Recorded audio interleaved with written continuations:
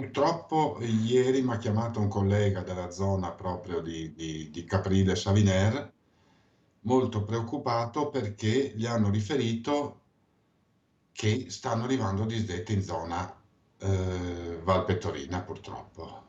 Perché la gente pensa che sia tutto chiuso, perché la gente pensa che la funivia sia chiusa, invece non è vero. La tragedia della Marmolada è stato un trauma collettivo, ma attenzione a non creare danni al tessuto economico delle terre alte. Questo è il messaggio degli albergatori bellunesi, della Gordino in particolare. I sentieri nella zona veneta sono tutti aperti e percorribili. L'unica cosa che è chiusa è il ghiacciaio, dove c'è la situazione di potenziale pericolo.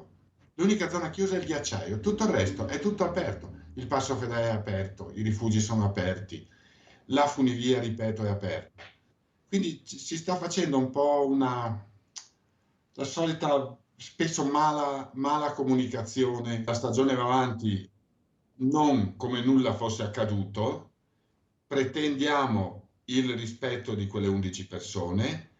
Se la gente viene solo per vedere il luogo della tragedia, allora è meglio che se ne stia a casa. Contro il turismo del macabro si era schierato con forza lo stesso presidente del Veneto Luca Zaia, tornato in queste ore sulla necessità di regole condivise e uniformi sui ghiacciai, ma con alcune premesse. Pensare di arrivare a regole ferree significa spostare la responsabilità in capo al pubblico, alle istituzioni, e toglierla ai singoli che sono liberi di decidere.